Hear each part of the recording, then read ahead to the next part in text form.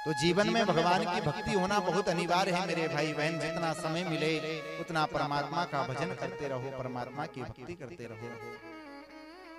आज ये देवराज नाम के ब्राह्मण ने भी कभी जीवन में भजन नहीं किया, कभी पूजन नहीं किया, लेकिन आज मरा तो देवादिदेव महादेव का गण बन गया।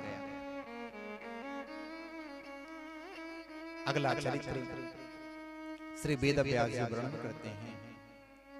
एक बिंदुक नाम का ब्राह्मण हुआ, और ये बिंदुक नाम का ब्राह्मण भी केवल नाम का ब्राह्मण था। आज के समय में भी हमें बहुत सारे ब्राह्मण देखने को मिल जाते हैं केवल जो नाम के ब्राह्मण हैं, केवल नाम के ब्राह्मण। ये बिंदुक नाम का ब्राह्मण भी केवल नाम का ब्राह्मण था। दुनिया के जितने अवगुण थे सारे के सारे अवगुण इस देवराज बिंदुक नाम के ब्राह्मण के अंदर भरे हुए थे। ये बिंदुक नाम का ब्राह्मण चोरी करके लाता, धन लोगों को लूट लूट करके धन लेकर के आता, और लाकर के धन अपनी पत्नी चंचुला देवी को दे देता। जैसा पति वैसी की वैसी पत्नी। वेद व्यास जी यहाँ पर महाराज संबोधित करते हैं धर्म पत्नी। धर्म पत्नी किसे कहते हैं मेरे भाई बहन? धर्म पत्नी कहते हैं कि पति जो धन कमा करके लेकर के आ रहा है, पत्नी का कर्तव्य होता है, पत्नी का धर्म होता है कि पति जो धन कमा करके लेकर के आ रहा है, उस धन में से कुछ थोड़ा सा धन निकाल करके शुभ कार्य में लगाए, धर्म के कार्य में लगाए, वही धर्म पत्नी बताई गई है। बिंदुक नाम का ब्राह्मण धन चुरा करके लेकर के आता, लोगों को लूट करके ठग करके धन लेकर के आता, ला करके चंचुला देवी को दे देता।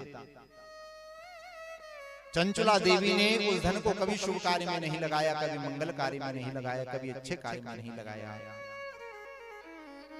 एक बार की बात है, यह बिंदुक नाम का ब्राह्मण चोरी करके धन चुरा करके लेकर के आ रहा था, और एक सरोवर के बाजू से निकला,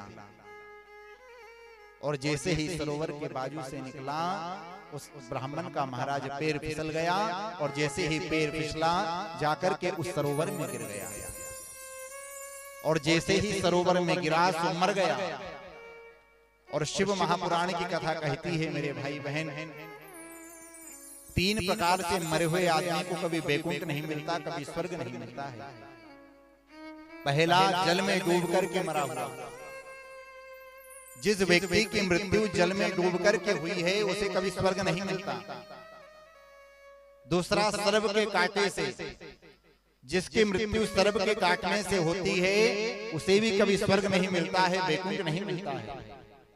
और तीसरा बताया गया है कि जिसकी मृत्यु पत्नी के द्वारा मारा गया व्यक्ति हो, उसे भी कभी वैकुंठ नहीं मिलता है, कभी स्वर्ग नहीं मिलता। 3 प्रकार से मरे हुए आदमी को कभी वैकुंठ नहीं मिलता। कौन कौन से? पहला जल में डूब करके मरा हुआ, दूसरा सर्प के कांटे से मरा हुआ, और तीसरा पत्नी के द्वारा मारा गया आदमी।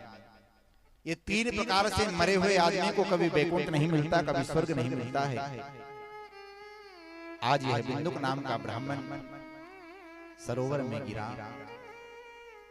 और जैसे ही सरोवर में गिरा शरीर छूट गया, मर गया। जब इसकी पत्नी चंचुला देवी को पता लगा, चंचुला देवी आंखों से अश्रुपात करने लगी, छाती पीट पीट करके रोने लगी। और चंचुला देवी का उसके पति के अलावा संसार में कोई नहीं था। चंचुला देवी को जब पता लगा कि मेरे पति का शरीर छूट गया है, चंचुला देवी की आंखों से आंसू की धारा बहने लगी, आंखों से अश्रुपात करने लगी। और चंचुला देवी ने अपने पति का दाह संस्कार किया, और दाह संस्कार करने के बाद 12 दिनों के जो कर्म होता है, वह 12 दिनों तक के महाराज चंचुला देवी ने अपने पति के कर्म किए। और अब तो चंचुला देवी एकांत में बैठ जाती है, अपने पति को याद करके रोती है। देखते देखते देखते देखते समय व्यतीत होने लगा, देखते देखते समय बीतने लगा। एक बार सारे गांव के लोग काशी की ओर जा रहे थे। चंचुला देवी को भी पता लगा कि सारे गांव वाले लोग काशी जा रहे हैं। तो चंचुला देवी ने सोचा कि क्यों ना मैं भी इनके साथ काशी जाऊं। और मैंने सुना है कि काशी बनारस में साड़ी बड़ी सुंदर मिलती है, कपड़े बड़े सुंदर मिलते हैं। इस चंचुला देवी ने भी कभी भगवान का भजन नहीं किया। अब इसने भी मन में विचार किया कि देखो मैं घर पर अकेली रहती हूँ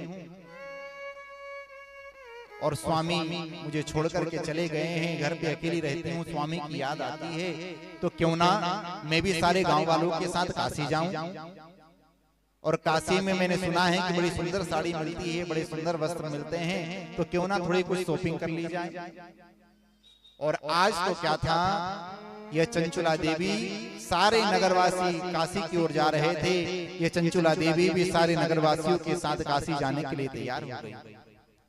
और सारे गांव के लोग जो थे देवादिदेव महादेव की अभिमुक्त नगरी काशी की ओर चल पड़े हैं। काशी किसकी नगरी है? बोलो, काशी किसकी नगरी है? देवादिदेव महादेव की अभिमुक्त नगरी। कौन सी नगरी? अभिमुक्त नगरी है काशी। द्वापर में भी काशी थी, त्रेता में भी काशी थी, कलयुग में भी काशी थी, सतयुग में काशी थी और कलयुग में भी काशी है।